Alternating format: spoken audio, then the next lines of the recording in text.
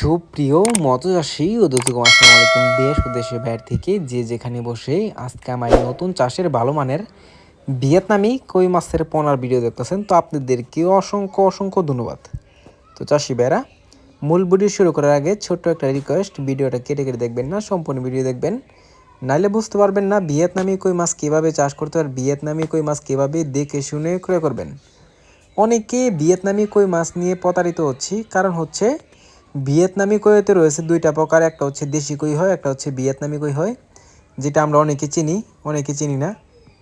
তো চাষি ভাইরা, আপনারা যদি সঠিক নিয়মে ভিয়েতনামি কই মাছ চাষ করতে চান, তো অবশ্য আমাদের থেকে পরামর্শ অনুযায়ী আপনারা মাছটা চাষ করবেন, অতি তাড়াতাড়ি কিন্তু লাভবান হতে পারবেন। তো চাষি ভাইরা দেখেন কত সুন্দর লাগতেছে ভিয়েতনামি কই মাছের পোনা।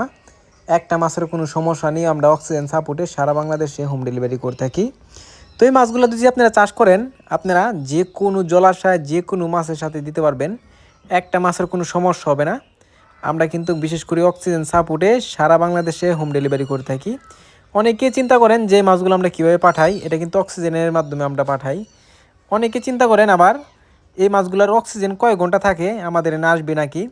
আমাদের 64 জেলায় ইনশাল্লাহ আমরা ডেলিভারি দিয়ে থাকতেছি।